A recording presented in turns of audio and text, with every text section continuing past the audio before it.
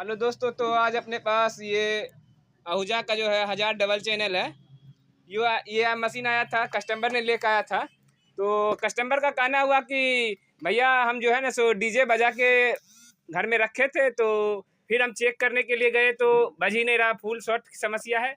तो इसमें जो है सो एक इलेक्ट्रीफायर यहाँ, एक इलेक्ट्रीफायर यहाँ, दोनों शॉर्ट था। और ये ड्राइवर ट्रांजिस्टर जो है, एसपी का ट्रांजिस्टर, ये भी शॉर्ट था।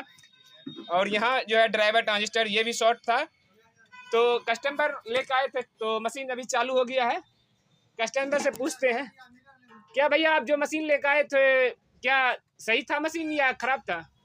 लेकर आए थे तो खराब था। खराब था ना? अभी आपको बजा के चेक करवाए तो ठीक हो गया? हाँ ठीक है। संतुष्ट है? हाँ संतुष्ट। ओके।